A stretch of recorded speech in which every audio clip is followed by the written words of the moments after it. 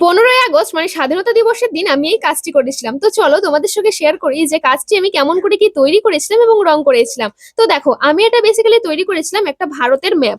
আর তার জন্য দেখো প্রথমে মাটিটাকে দেখো রুটির মতো করে বেলে নিয়েছিলাম। আর তার উপরে ভারতেরই একটা ম্যাপের কাগজের একটা শেপের কেটে নিয়ে তারপরে ওটাকে দেখো মাটির উপরে বসিয়ে খুব ভালো করে কাট করে নিয়েছিলাম। আর আমি এটা ভারতের ম্যাপের শেপের কাট করে নিলেও কিন্তু ওপরের যে ডিটেলিং গুলো ওগুলো কিন্তু নিজের মনের মতনই কাজ করেছি। যেমন দেখো এটাকে কাট করে নেওয়ার পরে জল দিয়ে খুব ভালো করে মসৃণ করে নিয়েছিলাম। তারপরে দেখো কিছু মুড়ি নিয়েছিলাম আর ওগুলোকে দেখো ওপরের দিকে এরকম টাইপের বসিয়ে বসিয়ে ছাপ তুলে নিচ্ছিলাম, যাতে এটা দেখতে একটু সুন্দর লাগে আর কি।